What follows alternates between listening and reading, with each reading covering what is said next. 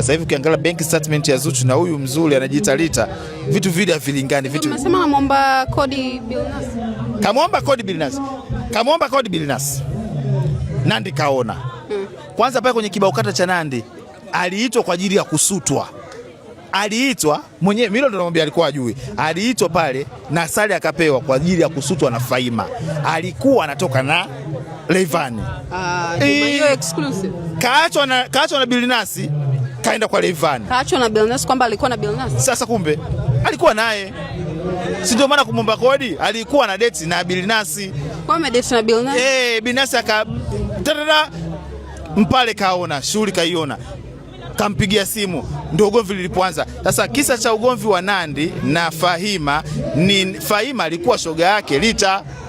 Kwa hiyo aliona kama Faima na Rita lao hili ndo akawachenjia. Faima kaenda akajishusha, akamwomba radhi, maisha mengine akafanya nini? Yakaenda urafiki ukarudi baada ya kusikia kwamba kapita na Rayvanny. Akaona huyu mtoto. Sasa msema Faima na Rayvanny wapo pamoja. Wako pamoja. Anavumilia naye kama vita vya maji.